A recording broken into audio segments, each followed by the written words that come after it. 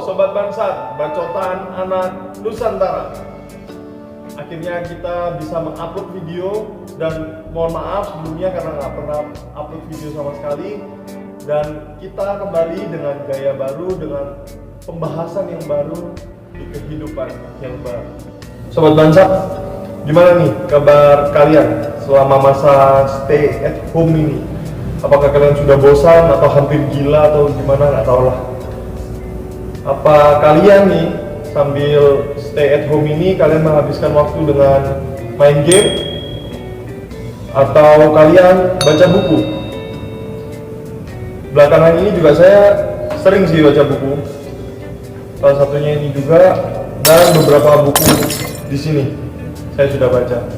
Atau kalian menghabiskan waktu dengan orang-orang terdekat kalian, karena sebelum corona masuk nih ke Indonesia, kalian sudah sibuk dengan urusan kalian masing-masing. Jadi waktu untuk berinteraksi dengan orang terdekat kalian jadi kurang. Mungkin ketika masa stay at home ini kalian lebih meluangkan waktu dengan mereka. Terpenting saat ini kalian harus jaga kesehatan, pola makannya diatur dengan sebaik mungkin, dan jangan jalan-jalan dulu. Entar kalian diambil lagi sama makhluk halus, dibawa ke alam.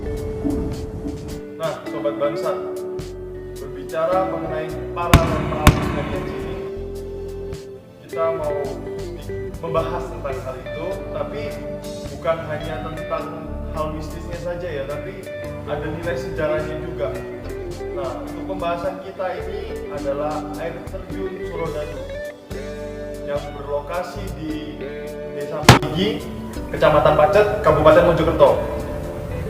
Mungkin kalian tahunya di daerah Pacet itu pemandian air panas yang biasa kalian untuk berendam, menghabiskan waktu buat keluarga. Nah, tempat sejarah ini tidak jauh dari pemandian air panas. Ke pembahasan ya. Jadi, menurut narasumber yang kita wawancarai, beliau adalah Bapak Karnapi. Beliau juru kunci yang tahu tentang sejarah dari air terjun Surodadu tersebut. Jadi sejarahnya adalah pada zaman dahulu ketika masa penjajahan Belanda di Indonesia, Belanda sudah ada Belanda sampai di Desa Mligi dan sekitarnya. Pada waktu itu Belanda dikejar oleh musuhnya sampai ke air terjun Surodadu tersebut.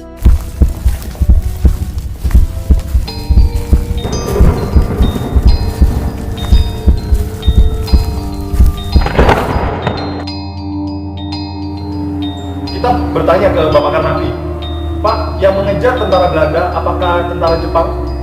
Bapak Karnapi menjawab bukan, karena pada masa itu jauh sebelum Jepang masuk ke Indonesia.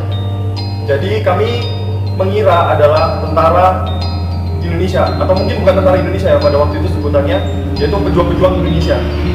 Karena Bapak Karnapi pun tidak tahu siapa yang mengejar tentara Belanda tersebut. Dan juga ketika tentara Belanda sudah sampai nih di air terjun Surodadu tersebut, yang jumlahnya wakeh, kalau orang Jawa bilang tuh wakeh. Nah, jumlahnya tuh banyak banget tentara Belanda yang sudah sampai ke air terjun tersebut. Seketika itu tentara Belanda menghilang secara misterius, dan orang-orang sekitar mempercayai bahwa mereka telah diambil atau dibawa ke alam gaib oleh makhluk-makhluk sekitar.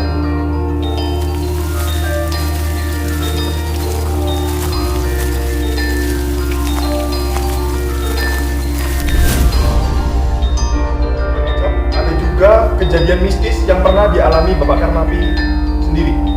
Jadi waktu itu Bapak Karnapi bercerita ketika beliau sedang berjalan untuk, ya karena juru kunci beliau pasti merawat lah daerah atau kawasan tersebut ya. Dan ketika Bapak Karnapi sedang memotong bambu dengan rekannya, Bapak Karnapi bilang itu sekitar sorean lah, kita nggak tahu jamnya jam berapa. Bapak Karnapi bilangnya sore. Beliau mendengar suara tembakan yang sangat keras.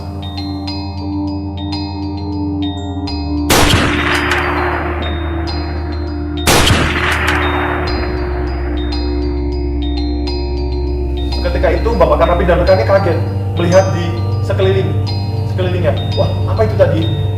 Bapak Karnapi mempercayai bahwa itu jawatan. Orang Jawa bilang jawatan atau pelindung alam.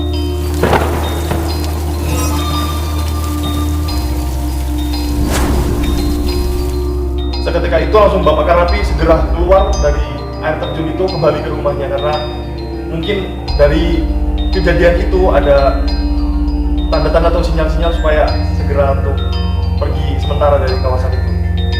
Dan juga ada kejadian lain yang pernah Bapak Karnapi alami ketika Bapak Karnapi di air terjun tersebut. Tiba-tiba ada sesuatu yang mendorong Bapak Karnapi sehingga Bapak Karnapi itu jatuh dan terhimpit di antara bebatuan yang ada di sekitar air terjun Suradadi tersebut. Beliau bercerita bahwa beliau mengira akan mati atau memang sudah nggak ada di alam kita ya. Tapi Bapak Karnapi ketika meraba, oh ternyata saya nggak apa-apa, saya nggak ada sakit atau luka atau sama sekali.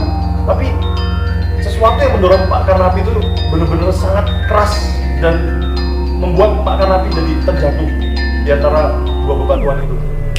Dari cerita tersebut, entah benar atau tidak, kalianlah yang menentukan. Karena kita juga sudah menelusuri dan kita mencari tahu ke narasumber tersebut.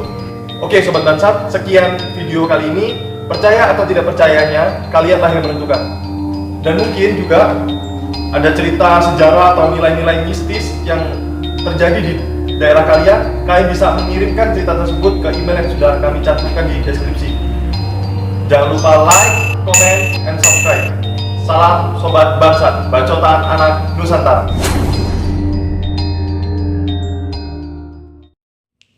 Halo Sobat Bansat, bacotan anak Nusantara. Kembali lagi bersama kita. Nah, sebelumnya kita mau